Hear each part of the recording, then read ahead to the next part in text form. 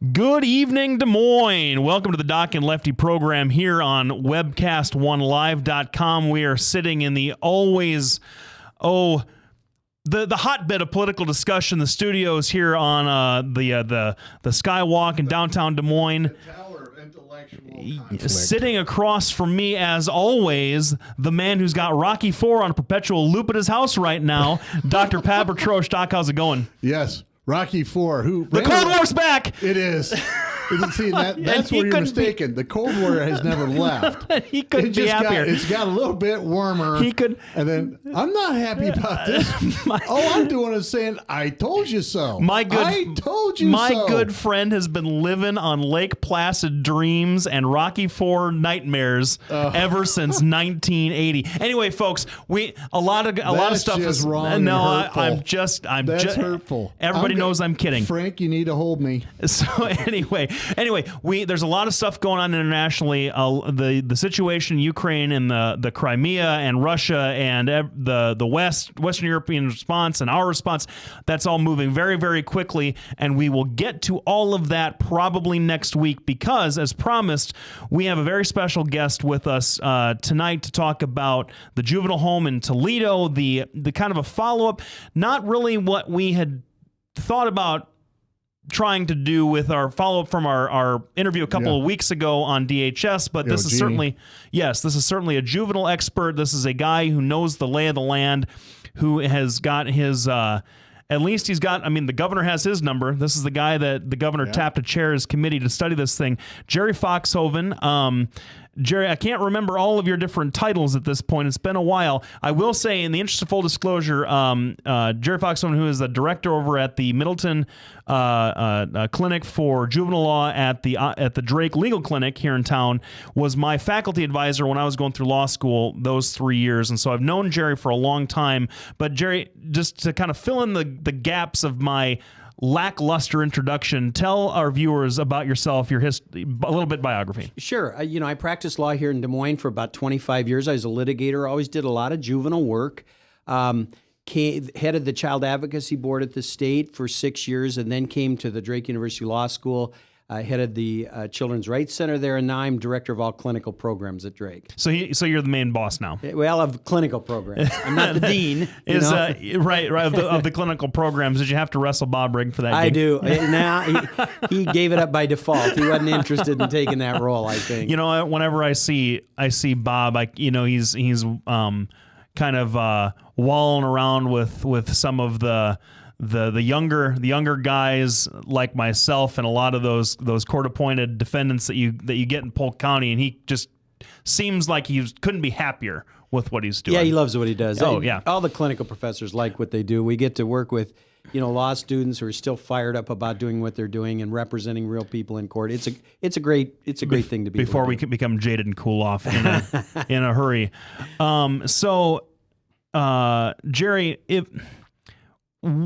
what was the reason, do you think, that you actually, you know what? That's a terrible question. I'm going to back up for a second, because we got into some of the history of why the board that you were or the study that you were tasked to chair popped up, and we discussed a little bit of that, but kind of go into a little bit more detail about what exactly happened in case some folks didn't tune in the last time. Sure. An independent group called Disability Rights Iowa, we call it DRI, did an investigation. They represent people who have all kinds of disabilities, and there are a lot of kids with disabilities in the Toledo home.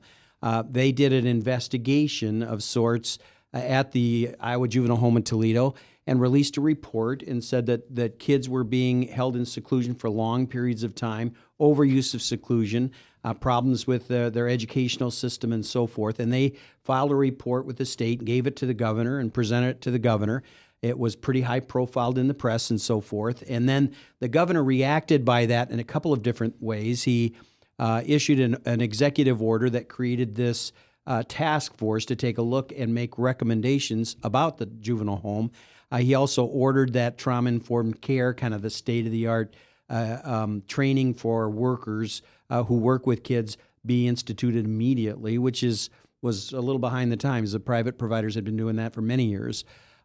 He also ordered that the use of seclusion be reduced immediately, that they comply with the same kind of restraint and seclusion requirements that are made of private providers as well. And then he appointed this task force and said, tell us where we go from here. And that's how the task force got started. What? Oh, hey, I just wanted if you wanted to jump in there. Well, I was just a couple of things. One, amazing that the state was behind the private sector in caring for children and those with disabilities. That's a shock to this guy. And then two, Toledo did a job that not a lot of other places wanted to do. Now, did you encounter anything like that? Any resistance along those lines? Or? There's a couple of things that I need to say about that, because we hear that all the time. These were very, very difficult kids, and of course they were. I mean, this was used as the placement of last resort for kids, and as a result of that, and that's bad for a couple of reasons. One is that when you have a placement of last resort like that, it means that kids have been through a lot of different placements before they get there, and every change in placement damages a kid. And so they became more and more dysfunctional before they even got there. Secondly, that kid, when they're being told you're the worst of the worst and this is your last placement, you know how teens react to that. Not good. And so their behavior went bad. And then the staff there reacts differently when they're told you're getting the worst of the worst. And that's part of what led to this problem. So you think that the patients there at Toledo were told they were the worst of the worst, and that's why they were there? No, what I'm saying is that having a place of last resort where both the people who work in the facility and the kids are recognize that these kids are supposedly the worst of the worst doesn't lead to good treatment and good outcomes for those kids and good attitudes to be able to treat them. It's just not a good way to go. And so that led to a lot of the problems. There are a lot of things that led to it. You bet. But it had been going on for like 17 years. This is not... There's nothing new, yeah. Frankly, the easy thing about being in this task force is we were trying to keep it very non-political and felt like it could be, and it's kind of gotten a little bit there. Mm-hmm. But we felt it could be because this had gone on through administrations from both parties. And so it wasn't a situation where people could say, okay, this is Governor Branstad's fault, or this is Governor Culver's fault, or Governor Vilsack's fault. It happened through all of their administrations that these problems occurred. And so it gave the task force the opportunity to say, okay, this is not a political issue. And, to his credit, when I got the call to be asked and was asked to be on the task force, the governor asked me to be on this task force, and I said to him at the time, what are you looking at here? Because, most of us assume somebody who's elected to office, they get some kind of agenda. And the governor literally said to me, I have no agenda here. Everything's on the table. All I want you to do is tell us what's best for these girls, for these kids, and do it in an open and transparent manner. And so with that, how could you say no? And by the end of the conversation with him, he said, one more thing. And I thought, well, here it comes. And he said, this is not about money. This is about what's best for kids. Just tell us what's the right thing for kids. And so, I felt like we were able to move into this situation as a task force with really no control from anybody telling us where they wanted us to go. Just said, literally the only mission we had was tell us what's the right thing to do for these kids. All right, great. We have Jerry Foxhoven with us. He's from the Drake Legal Clinic. He was now I thought you were the chairman of this. I was chair. Chair yes. of the Toledo Investigation Group. Was that the official name? It was called the Iowa Juvenile Home Protection Task Force. Oh, well, good and governmenty. So you're listening to Doc and Lefty on webcast1live.com. We're here every Tuesday from 6:30 to 7:30 p.m. We'll be back right after the break. Please stay tuned and listen to our sponsors. Petrosh & Associates, how can I help you? Petrosh & Associates will provide you with a friendly, caring, and confidential place to find help for mental health concerns. We are ready for your call. Our doctor, Dr. J. Patrick Petrosh, provides a full range of psychiatric services for children, adolescents, and adults in a forthright and informative manner while maintaining a casual, comfortable, and relaxed atmosphere. All across America, there are countless numbers of people struggling with addiction and other life-controlling issues. Probably someone you know and love. There is a way out. There is hope. Transformations Treatment Center in Delray Beach, Florida, has a unique approach to substance abuse treatment. Call now and ask about our Guaranteed Success program or log on to transformationstreatment.com. transformations. Change your life, change your relationships, transform your world. From the RE/MAX Real Estate Concept Studios, this is Webcast One Live. Hey, welcome back, everybody. You know, this is the kind of raw, unfiltered style that Doc and Lefty brings to you every single Tuesday from 6:30 to 7:30 on webcast1live.com. We don't want to be too managed. We don't want to be too produced. We want to keep bringing you our thoughts about the news and world events as unscripted and completely natural as possible. So even when you see Doc giving me tips about how to be a better conservative, and he does from time to time, all the time, then that's what's going to happen behind the scenes. Anyway, So we're sitting here with our special guest for the entire hour, Jerry Foxhoven, professor at the Drake and director of the Drake Legal Clinics for the Drake Law School here in Des Moines, and also the chair of the governor's task force, the Iowa Juvenile Home Protection Task Force. Now, Jerry, it's weird. It's weird calling you by your first name. I apologize. I'll stop stumbling over it. But so you studied the issue. How long did you study the issue? Well, we were appointed. The governor made his appointment in August and said he needed a report by the middle of October. So, it was a very short period of time, very intense. We spent a lot of time, but it was like a full-time job for those months. Sure. And you issued the report. I have to confess that I read the bullet points. I didn't get into the meat of it. I know that Doc is a psychiatrist here in town and a noted child specialist, a juvenile specialist here in the metro. Read through it when it came out at first. I know that so he'll have some thoughts about that as well. But could you tell us sort of what the general recommendations, kind of the highlights, and then what the response to those recommendations has been? Sure.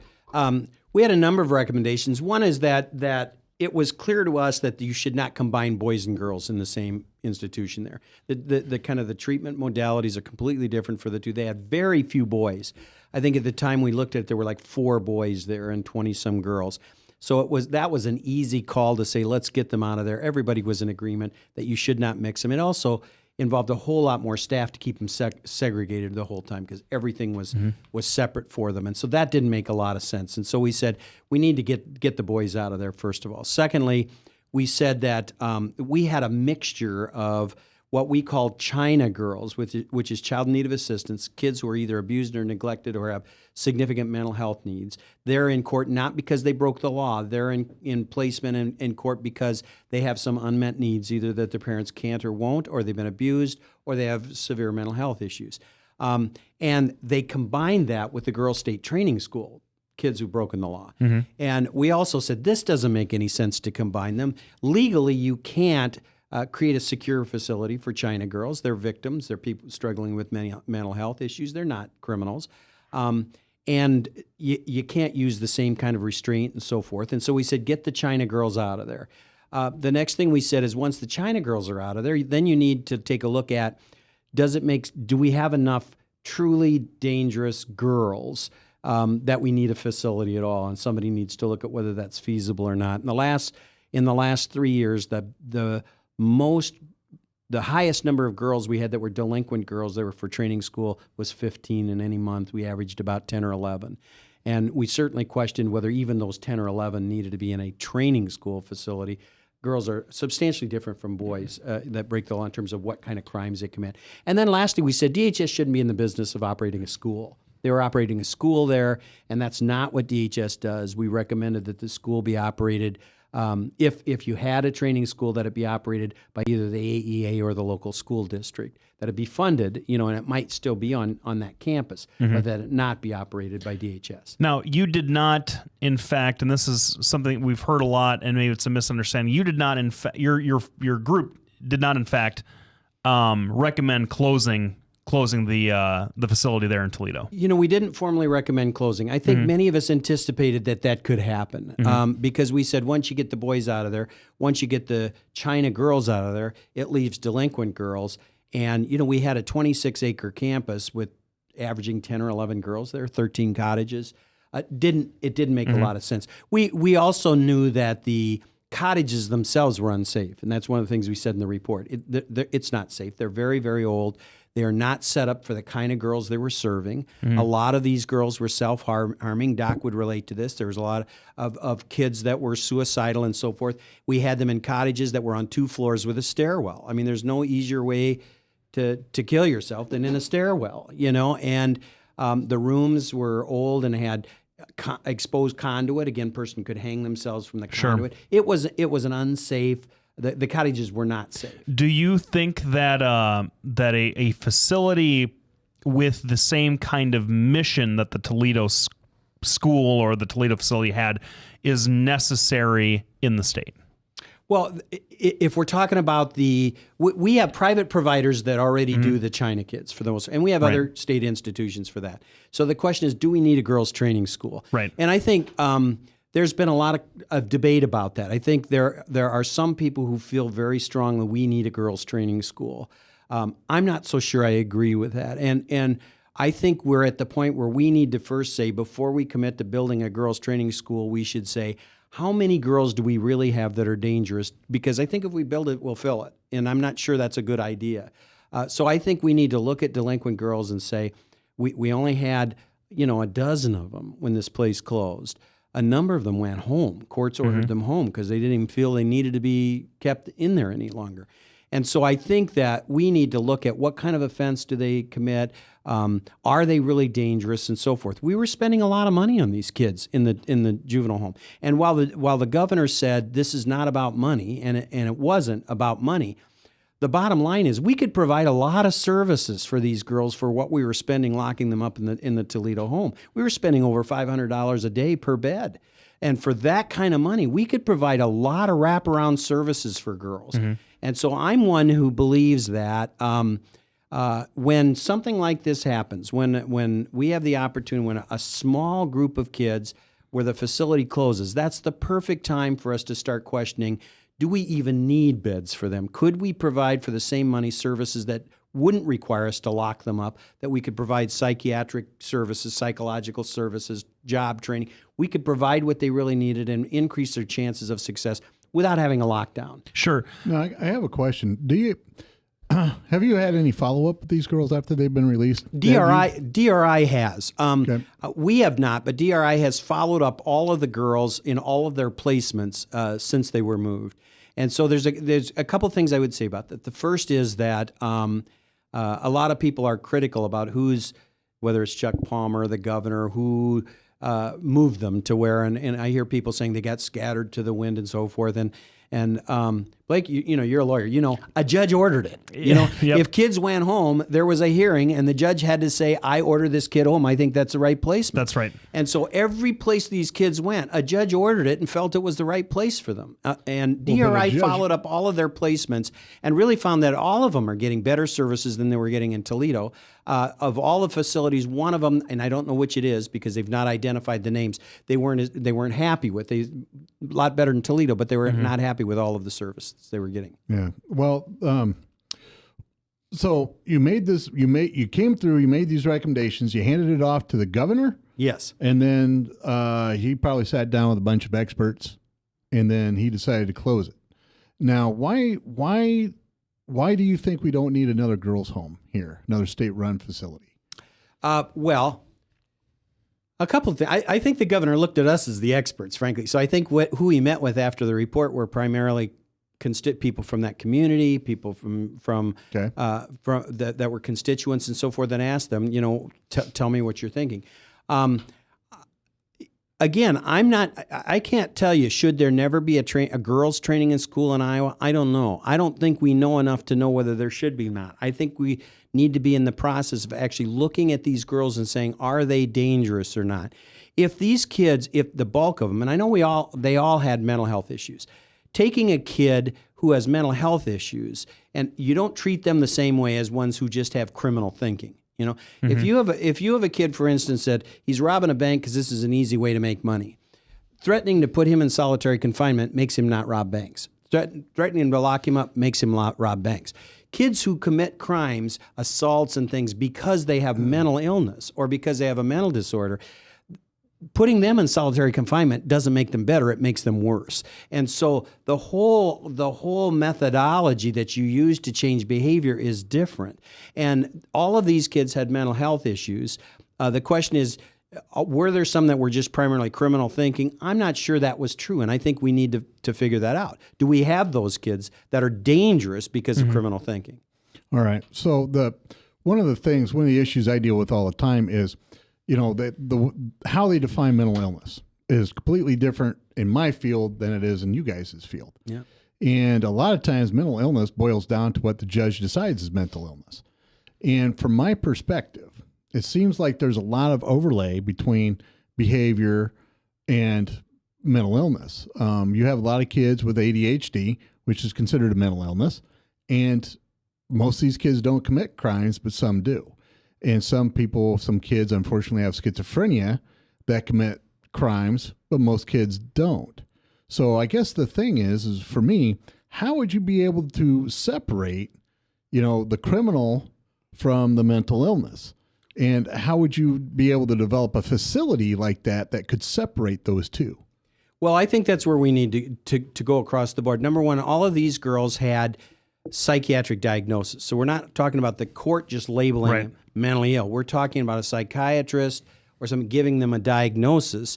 And so if you have a kid who's schizophrenic, taking them and putting them in a correctional setting isn't very healthy. We're learning that in the adult field. We're doing that to adults all the time. Our prisons and our jails are full of people with mental illness, and they don't get better locked up. They get worse. Their mental status degrades as a result of that. So, and I think we'd all agree with that. So that is a process we need to start sorting out. Is this a mental illness that's causing the behavior, or is it what I call criminal thinking? Are they just antisocial or whatever? That's a lot of these kids that were there were suicidal as well. Again, taking a kid who's suicidal and putting them in a correctional institution where you try to control their conduct by putting them in seclusion in what looks like a solitary confinement cell in a prison doesn't help someone who's suicidal get better. It gets much worse. I guess I have well, we'll get back. We'll get to that right after the break. You're listening to Doc and Lefty. We have Jerry Verhoeven, chairman of, you need to tell me the name. Yeah, with Juvenile Home Protection Task Force. There you go. There we go. We got somebody important. He's so important, I can't even remember what the name of his task force is. That's amazing. So we'll be back right after the break. Listen to Doc and Lefty on webcast1live.com. From the RE/MAX Real Estate Concept Studios, this is Webcast One Live. Get away from us, you mean old credit card. We don't have any more money. We're in trouble now. Save us! Help! Somebody save us! Somebody help! Help! Save us!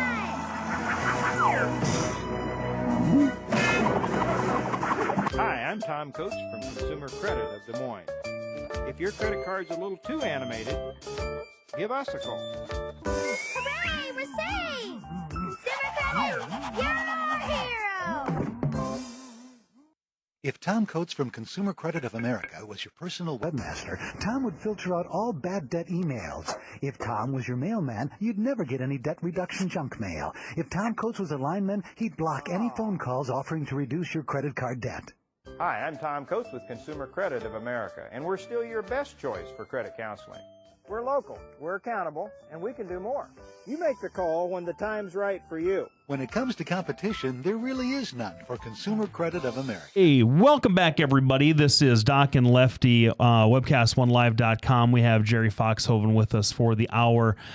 Jerry, if you haven't been paying attention to the first half of the show, was the chairman of the governor's task force looking at the Iowa juvenile home for I was about to say wayward girls, but that's like a 19th century thing that you could call something like this. That's not what it was. That popped into my head for some reason. But we were talking about some of the solutions and some of the response to recommendations that your task force made. And one of the concerns that I have about mental health services in Iowa is I do a lot of mental health commitments in the rural counties, and so. And without boring everybody about the process and the rules behind committing someone with a mental illness, is that one of the real consequences to a mental health commitment can be an indeterminate confinement to a hospital. You're not in prison, but you are in that hospital by order of a court until you get better, which could be for the rest of your life, presumably, if you take it to its logical conclusion. And one of the concerns that I have, obviously, there are lots of due process concerns with that, with keeping someone in there forever. But if we are looking to reform the system, are we moving towards more of a model like that where you get released when a doctor says so? What if a doctor doesn't say so? Do these kids kind of just, they go into the commitment system never to be seen again? These are really sort of breathless kind of comments, and I don't mean to sound like that, but those are the concerns that I have about about the court kind of easing back a little bit from some of this stuff. Sure. I totally understand the concern, but that's certainly not where we would be, because if it's a delinquency type case, there are limits, constitutional limits. Right. The sentence can't be longer than it would be, for an adult for the same offense, and they have to get out when they're 18. Right, and I mean more about on the mental health side, right? Especially if we have this mental health, because obviously the mental health commitment process is vastly different than China or delinquency or anything like that. But what I mean is that if we are focusing more on the mental health side of it, which is important and sounds good, are we opening ourselves up to these longer confinements, even if it is under a doctor's care, and whether that's right? I don't think so. And part of it is because these girls, for instance, in Toledo, from time to time would go into a mental facility for short periods of time, 30 days, 2 weeks, whatever, and then come back to Toledo. And one of the things that we recommended on the task force is that the legislature had ordered DHS to look at ways to not send so many kids out of state that were what we call the high-end kids with really high needs. And so one of the things that they did is that we have basically an HMO that is run for our Title 19, which is done by Magellan. And Magellan offered it for an RFP to pretty well the request for proposals to all the private providers. And Four Oaks stepped up and gave a proposal for this. And so Four Oaks in some of their facilities agreed to take 10 kids at that time. This was maybe 2 years ago or a year ago. And they said, we'll take 10 of the high-end kids, and we will agree that we will not reject any of them. You send them here, we'll take them, no matter what their needs are. And we will not eject any of them. We won't give a 10-day notice like private providers are able to do. We will take them no matter what, and this is where they'll be. Now, they got a lot more money for that. They were paid a lot more because in some cases, they had one-on-one care 24 hours a day with those kids. Still cheaper than Toledo was. And so they were able to make it work. It's been very difficult for Four Oaks. I mean, their workers' comp claims went up, their property damage went up. But what they did find is those first few months when those kids came there, the kids acted up. And once they saw that no matter what happens, I'm staying here. I might go in for a mental commitment and come back, but I'm coming back here. You're not going to give up on me. Their behavior substantially improved, and they got to understand these kids and do that. So one of the things that the task force recommended is that the state look at doing those kind of contracts with more providers so that we could take high-end kids and not have a placement of last resort, but have their first placement be their last placement as well, so they don't change from one to another. One of the things that I know is you just touched on it. We send a lot of kids out of state. And, we send them to Texas. There's a facility in Texas, in Illinois. We're paying $780 a day for these facilities. Now, you just got done telling me we were spending $500 there. My question would be, why don't we take that money, create something that is, because part of the problem that you've outlined is with the state, there's really no oversight. They didn't have any oversight. If they had to go through the crap that I have to go through for my facility, Youth Homes Mid-America, I mean, they never would have passed. I mean, the inspector would have walked in and shut it down, and it been like that. Is it really a two-tier? The state facility, are they really that, for lack of a better word, unregulated as opposed to the private? Toledo certainly was, and it was for a number of reasons. That was another issue that the task force addressed, and we said that if you keep that home open, it should be subject to the same kind of regulation and oversight that the private providers are. Absolutely. One of the problems is that if you are, for instance, Eldora is the training school for boys. Right. Only training school boys are there, delinquent boys, no China boys. As a result, the national organization, the ACA, who accredits correctional agencies can accredit that. But they will not accredit a facility that mixes those kids. And so you couldn't get accredited by the groups that would regulate places like Youth Homes of Mid-America, and you couldn't get regulated by people that that accredit places like Eldora. And so as a result of that, there was no accreditation and no oversight.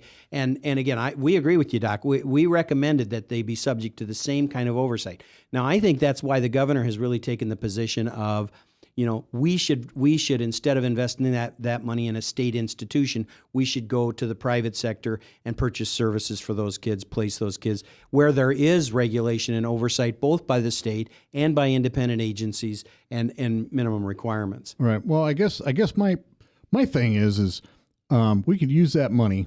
At one point, I had it all calculated out. It was around $60-70 million a year is what we spent shipping these kids out of state. In addition to that $500 a day, we could very easily create a state-of-the-art facility here in Iowa so that these children don't have to leave the state. You could hire 3 full-time psychiatrists, and with the revenues you could generate with the plan that you have in perpetuity, but then make that state facility subject to all the accreditation and everything else like that the privates do. And I think the question is whether it should be a state facility or a private facility, and it doesn't really matter to me. I think there is a discussion up at the Gold Dome, right, and has been this whole time, about should that be a government function or should that be a private sector function? Should we just contract with like we did with Four Oaks and pay them and have them take that responsibility to do it? Yeah. Now this is one of the few times where I'm going to sound like a liberal, but my opinion is the state facilities do serve a purpose.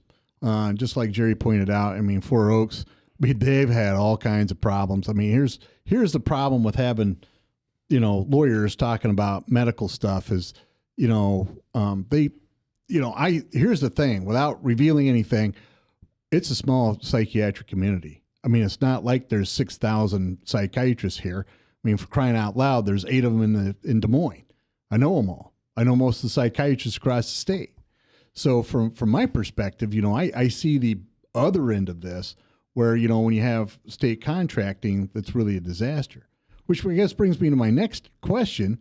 What was the composition of this task force? I mean, we had you, and it seems like, honestly, I think you guys did a pretty good job with this. Coming in, taking a look, identifying what the problems are. I think it was well written, and I think it was a great job. I just want to know what the composition was. Sure, it was a small group. We did have a clinical psychologist, Dr.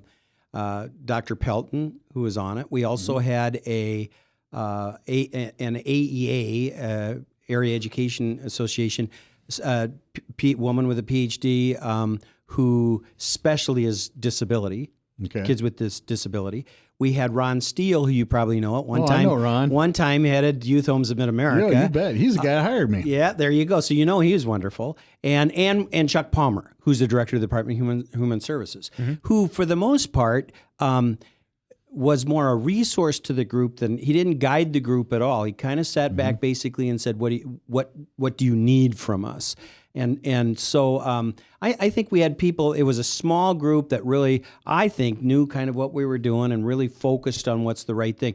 Now, Doc, as to what you said about should it be state or if it's a training school, if we had a training school like Eldora, I think that's a state function. And I've never been too crazy about prisons and jails run by the private sector because they get the incentive to keep the beds full, so they don't want to send them home. There's some problems with that. Yeah. Yes, and so I don't like that. But if you're talking about kids getting mental health treatment, I really don't care if it's a state institution or a private institution. Now, I do think that the problems that we have in our institutions today, our state institutions today, is that they were built at a time when we institutionalized a lot of people, and so we have huge campuses that are out of date that need to be modernized. Now I'm not saying we should shut them down, but I mean, the state needs to invest some resources in modernizing all the institutions we have, making them a better fit for the services that we do. And that's one of the reasons it's so expensive, because we've got, as I tried to tell somebody once, it would be like if a university had a dorm that holds 800 kids, and you only put 100 of them in there, the cost per student goes way up because a lot of fixed costs are involved in that.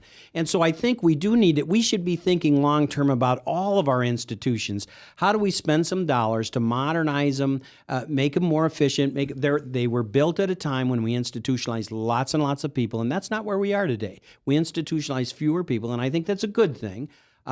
But as a result of that, we haven't invested in the infrastructure that we should in those institutions. Great. We have Jerry Foxhoven with us. He was chairman of the Toledo investigation group, because I can't ever remember what the whole thing was called. The Iowa Juvenile Home Protection Task Force. Only lawyers would get that stuff. Anyway, we're going to be back right after the break. Thanks to everybody for tuning in. Please watch our commercials. Our sponsors, what allows us to keep the lights on in our beautiful, lovely studio. Yes. Along with Frank, who's about the hottest producer I've seen since Maddie. Keeps them in figs and sunglasses, my Yes, man. that's right. We'll be back right after the break. All across America, there are countless numbers of people struggling with addiction and other life-controlling issues. Probably someone you know and love. There is a way out. There is hope. Transformations Treatment Center in Delray Beach, Florida, has a unique approach to substance abuse treatment. Call now and ask about our Guaranteed Success program, or log on to transformationstreatment.com. Transformations. Change your life, change your relationships, transform your world. Whether you're 10, 25, 50, 80 years old and beyond, everyone needs to live within their means. I'm Tom Coates with Consumer Credit of America. For almost a quarter of a century, we've helped people of all ages learn to manage their personal finances to benefit them far into the future. When problems arise, we've got the experience you need to make those debt problems go away. Got financial problems? Call Consumer Credit of America.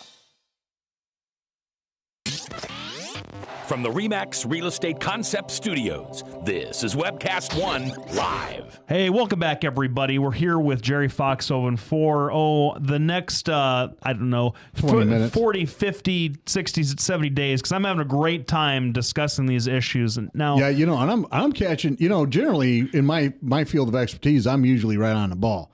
Yeah, but there's some things I've learned here. So this has been very educational for me. I'm sure it's been educational for you. I love it. Frank looks stunned back there. I think we're just overwhelming him with information. See, our producer, great as he is, and I won't say that he underestimates us. I think that he properly estimates us, but the bar is so low that whenever we do something interesting or have a spectacular guest, or we can pull somebody with as much gravitas. Yeah, because he has to pull the bar out of the mud. That's true. There you go. That's true. That's now, how low it's set. Now, Jerry, while we have you here, I'm curious about a couple of political things, political questions revolving around this story. Not necessarily the give and the push and the pull of the Democrats, Republicans in the state house, and certainly I don't want to get into whether it was constitutional for the governor to close the home. I think judges have ruled on that, or they're going to. Did he appeal? He appealed. Okay, it's in front of the Supreme Court, so it'll be a while. Right, it's going to be a while. So, and that'll be an interesting case to read once it comes out. But I'm curious about the long-term effect on the Department of Human Services itself. We have. Everybody has always decided that they are the poster child for they get the most grief out of almost every department in the state, from all sides, it feels like to me. But I've noticed, and I mentioned this to you before we started the show, a little bit of a ripple of parents who I think are probably trying to use what happened at the juvenile home to scapegoat the department. Or scapegoat themselves maybe, and use the department as kind of a straw man. Do you think this has greater political ramifications for the department? And do you think that your reporter, your task force role in this whole situation could cause some shakeups, some reforms department-wide? Well, I think there'll be some, I don't know department-wide. I think it will make them start taking a look at all the institutions and saying, are we doing the right thing for our kids? I think one of the things that as the task force, we didn't say in our report, but that we were a little bit stunned at is when we first were looking at, there were like 119 people working there. and you had under DRI's findings, Disability Rights Iowa, at least one girl who was kept in solitary confinement for 11 months. We had thousands of hours of seclusion. As I told one person, at least that some of the kids, particularly that girl that was in there for 11 months, if we did that to a murderer at Fort Madison, he'd sue us in federal court and he'd win. Yep. And these were kids with mental health needs. They were kids. And I think one of the things that concerned all of us, and I think that Director Palmer is looking at saying, what can we do about this, is that a culture was created over those 17 years that nobody there said, what's going on here? We're hurting kids. We need to work up the ladder and change this. Nobody did that. We had 119 people, and not one person stepped up and said, what are we? It took an outside group to say, what are you doing? In fact, it was, you probably saw in the press, somebody had retired from there, and they did a PowerPoint presentation, and one of the PowerPoint slides had a picture of that solitary cell with a skeleton in it, and it said, I was supposed to check on him every so many hours, and I guess I forgot. Yeah. So it almost felt like they were almost making light of the fact that kids were in there for a long period of time, and that's significant. I think that's almost scary, and I think if there's any rippling effect, it will be. I know Chuck Palmer made a real commitment to. We need to make sure that the people that work at DHS get rid of that kind of culture and would step up and say, what we're doing isn't right. Let's do something about it. I know he's very committed to try to change that. Do you know, and you might not know this, has anybody lost their jobs over this? I don't know. I know that one person from that facility was charged criminally with assaulting a child that was on film. Do you what do you think about kind of going up the chain? I'm not going to ask you maybe to speculate about Director Palmer himself, but I mean, should the department bear any more responsibility? Maybe does the director need to be replaced? Or well, I don't think so. And again, an easy answer would be, well, if that were true, the last 6 or 7 directors of the Department of Human Services, we could say should have been fired for it from both administrations. Right. The Department of Human Services has 5,000 employees. They do a lot. Somewhere, if it had come to Director Palmer's attention, if somebody had come to him and said, this is what's going on, if DRI would have come to him, told him about that, and he'd have hushed it up and never done anything, I'd say there's a problem there. That's not what happened. Doesn't he have a responsibility to take a look at facilities that are under his jurisdiction? Of course he does. And he has people and he has somebody that's head of facilities. But what I'm saying is that I think that the department needs to take a look at how do we look at those things better? How do we make sure we have the pulse of what's going on? And I think it's important to really stress the culture. People become, and I think you know this, Doc, this field is not the best paying field in the world. People don't become social workers because it's a slack job. It's a very difficult job, but they have a calling.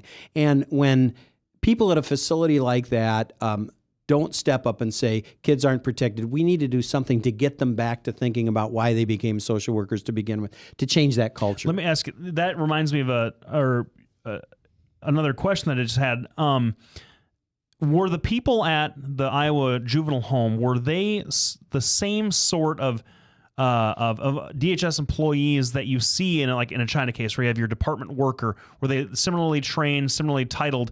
And if so, could that be an area of reform where folks working in institutions aren't your social worker 2 or 3 or whatever it is? They're not the same. They're not the same, okay. And one of the things that I think we did find, and Doc, you being from youth homes, you'll know, we were not holding the state to the same standards for the qualifications we'd require for staff there. So we literally had youth counselors, some with GEDs, that we wouldn't let you do that, in the private sector. That's just stunning some to of those things were problematic, and I'm sure that's why the governor says let's go to the private sector where we have clear regulations. I'm sure that's one of the reasons that our task force said we want to make sure that everything across the board is equal. If you keep a facility, they should have the same kind of licensure requirements, meet the same kind of accreditation, and have the same kind of standards for the employees. Have you been satisfied with the legislative response so far? Well, no. Frankly, that was a great question. I could have told you that. While the task force didn't recommend what to do about closure, we kind assumed it would based on our recommendations. And frankly, I personally was pleased with what the governor did. I think he did the right thing when he closed it. The legislature, it's become very political in the legislature. Why do you think that is? Well, I think, there are elections coming up. And so I think that drives a lot of, from both parties, it drives a lot of people in the legislature to say, wanting to stake out ground and saying, this person's doing the wrong thing or that person's doing the wrong thing. And, I've tried to say to everybody, this issue of Toledo is dead. Right. Does Toledo open or not? It doesn't open. Okay. So we should be looking at what do we do with the resources we spent on Toledo for those same kids that we were serving. The reason I say it's dead is this. The district court in its ruling, which has been appealed, said the governor was wrong in closing the facility because he could have closed it by line item vetoing the funding, but he didn't do that. Well, you know when the funding runs out that he didn't line item veto? July 1st. Right. And so when a budget comes before him this next year, the district court told him, if you want to close it, here's how you do it. You line item veto the money for it, and it's closed. So legally, the court has made it very clear. You can close it by line item vetoing it, okay? Right. And so Toledo's done. That facility isn't going to be there. It's pretty clear. The governor has said, I don't want it there. If you passed a bill putting it there, he's going to veto it. If you just fund the current statute, he can line item veto it. And what I would hope that the legislature would start doing is being realistic and saying, if that's where we're going, why would we want to make him line item that money out of there? Why don't we take that money and earmark it for those kids? The same kind of money, and we could solve a lot of problems. Argue about whether we're going to have a training school later, right? But right now, we want to make sure that these kids get the services they need. Now, one last thing is there is some money in his budget to restore their education that they lost, because education was a problem at Toledo. The Department of Education made a finding that they were actually telling kids they had to earn the right to go to school, and that the education system failed them, and ordered that the state provide remedial education to them. And the governor had to put $1 million in his budget for that. I gotta say, the Democrats on this, Iowa Democrats don't give themselves up to criticism very lightly. And in this case, I'm going to criticize it from a political standpoint. You don't go against a popular governor, even if it is Terry Branstad, who's been around forever. You don't go against a popular governor who, for all intents and purposes, is going to be reelected. No offense, Jack Hatch, who said, We're trying to get Jack on the show. That's why he doesn't show up. Who said, I'm closing this home that is abusing kids. I don't know what especially in the get along, go along legislature, what the Democrats are doing, I think, is political suicide. I'm gonna just throw my hat into why a lot of Democrats aren't that smart. They had this facility that they were going to close anyway, and they wrote a letter to the governor. You need to keep the facility open. And the facility even said, no, this is part of our scheduled close, and this is how we're going to take care of the patients displaced by this. They even wrote a letter to the Democrats, who wrote a letter to the governor, and they still insisted to keep that thing open. And you're like, dude, my question for you is not silly. No. All right. No, the Democrats are silly. You never know. He throws things in right before the break. No, I wouldn't do that to you. See, we have to take a break. He's good at that. He times it. I'd never do that to you. Ask your question. Ask your question. We're going to ask it right after break because we have to take a break. You're listening to Doc and Lefty on webcast1live.com. We're here every Tuesday from 6:30 to 7:30 p.m. We have Jerry Foxhoven. Man, I know. We're just going to be back after the break. We're glad Jerry's here. Bertroche and Associates will provide you with a friendly, caring, and confidential place to find help for mental health concerns. We are ready for your call. We are proud to work with military personnel and their families. Our doctor, Dr. J. Patrick Bertroche, provides a full range of psychiatric services for children, adolescents, and adults in a forthright and informative manner while maintaining a casual, comfortable, and relaxed atmosphere. Our licensed mental health therapists provide individual counseling to children, adolescents, and adults, including couples and marital counseling. Visit our website at bertrocheandassociates.com for more information or call 515-334-9484. Our offices are located at 5525 Meredith Drive in Des Moines, just east of Skate North off Merle Hay Road. Isn't it time to talk to someone? Take care of yourself and your family. Contact Bertroche and Associates. Hey, welcome back, everybody. We're here with Jerry Foxhoven for the last couple of minutes, and a solid 8. A solid 8. We can push it maybe to 8.5, but any longer than that, they turn the lights off, and then things get really I want to spend blue. a second or two yakking about Ukraine at the end. So, okay. Well, then ask your question. We'll get into that. Now, Jerry, having worked with the judges in the juvenile court system, they have some turnover just like any other job. Do you think that before they take the bench, these judges need to be trained about really what goes on in the mental health community versus the criminal community? Yeah, we have some training, but honestly, it is kind of surprising that when judges become sworn in, they get appointed as judges, that they typically go right on the bench and they start sworn in, They start working right away, and then I think about a year later they send them to this judges school in Reno and a national judges school. So really, there's a national judges school? I think that that doesn't make sense. Now, it would make more sense to spend some time mentoring with other judges, watching hearings, and because some of the judges may have done a particularly limited area of practice. I think that's a fiscal issue, and I think that the courts have really had their back up against the wall on funding for a long time, haven't been being able to fill judicial vacancies. When somebody retires, they have been delaying filling the vacancies because funding has been behind. And so I think that's an area that we need to have more funding, and hopefully at some point the legislature will give more funding to the judicial branch so that when somebody gets appointed, they don't have to put them on the bench the next day. They can have them work with other judges and kind of learn the system. And to follow up on that, I think that one of the biggest weaknesses of how we do it, other than just a judge not maybe having mental health experience, you wouldn't expect a judge to necessarily have that. And if you do, it's a lucky day, and we applaud that person. But when they're new and getting their feet under them, I think that some judges and even can tend to lean on the department a little bit and this is coming from a parent's attorney that I've got a bias against some of this stuff, but lean on the department a little bit and take the recommendations a little as a little more independent than perhaps they are. I see a lot of the time where the department worker and the county attorney are working hand in glove, and that's not wrong. That's not terrible. That's how the system kind of works. But especially in a China case, if it's not meant to be adversarial, and taking your kids is the most adversarial thing that can happen to a family, then I'd like to see judges be a little bit more impartial with respect to some of those DHS recommendations. But that's a parent's lawyer speaking.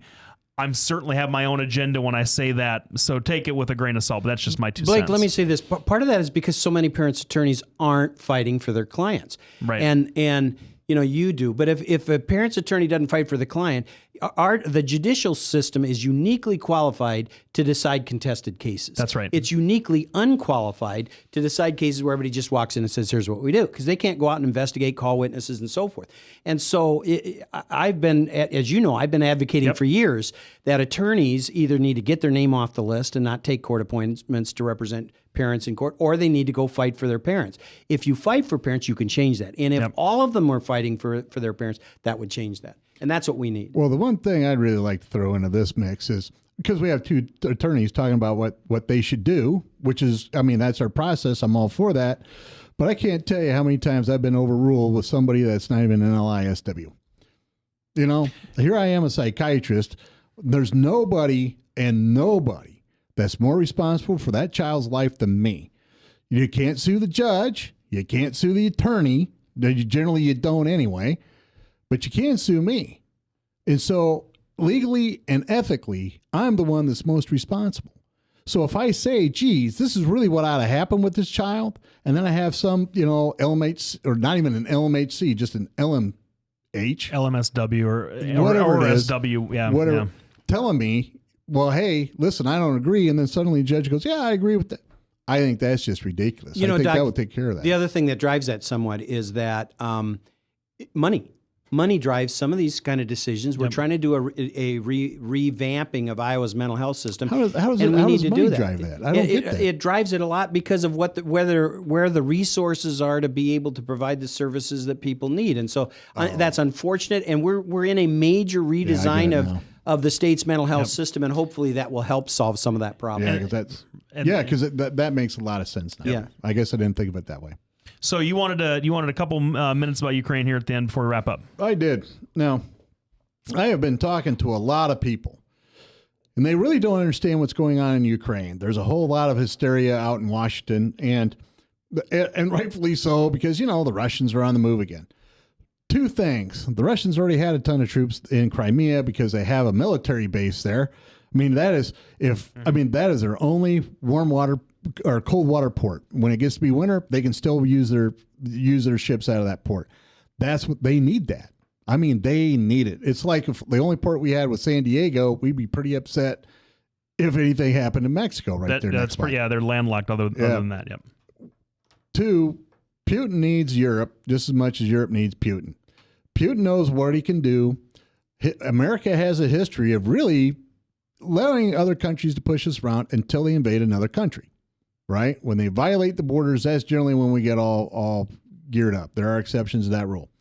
Putin knows this.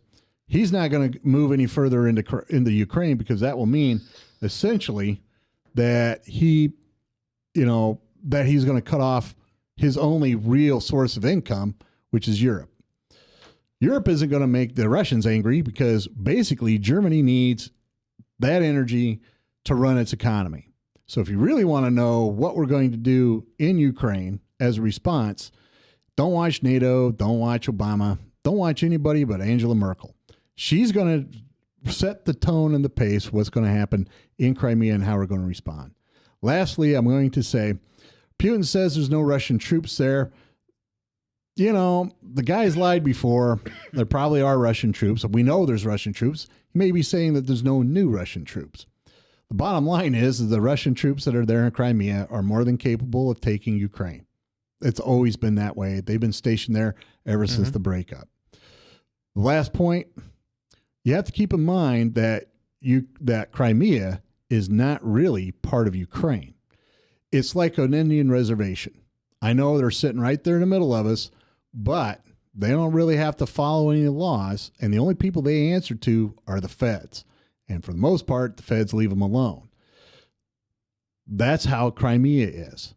And the bottom line is they had a government that asked the Russian troops to come in. So as far as international law goes, all that was legal. What Putin did is legal. Now, if he moves into the actual entity of Ukraine, then that's a different subject. Now, I'm going to ask everybody to pray for Ukraine because there's a lot of people over there that are very scared. There are no more food on the shelves because the entire system has shut down over there. People are fleeing right and left. So I just ask everybody to pray for Ukraine, make sure everything's going well. Now, hopefully that was not as negative as it could have been. No, but we're going to end it on a positive note. Well, we had a great guest. We had a great guest. We had a great show. Jerry, thank you so much for coming. Really appreciate it. Thanks for having me. Jerry Foxhoven, the director of the clinical studies over at the Drake Law School Legal Clinic, the chairman of the Iowa Juvenile Home Protection Task Force that was appointed by Governor Branstad last August to study the potential closure at the time, but now we're fighting about legislation. Anyway, we'll be back next week with more hot takes on cool subjects. So thank you so much for tuning in, and we will catch you all next Tuesday. Goodbye. All right. Thanks, everybody, for tuning in.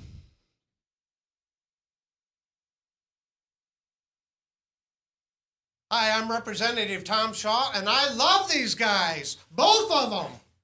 Love these guys. Get over here. Love both of them.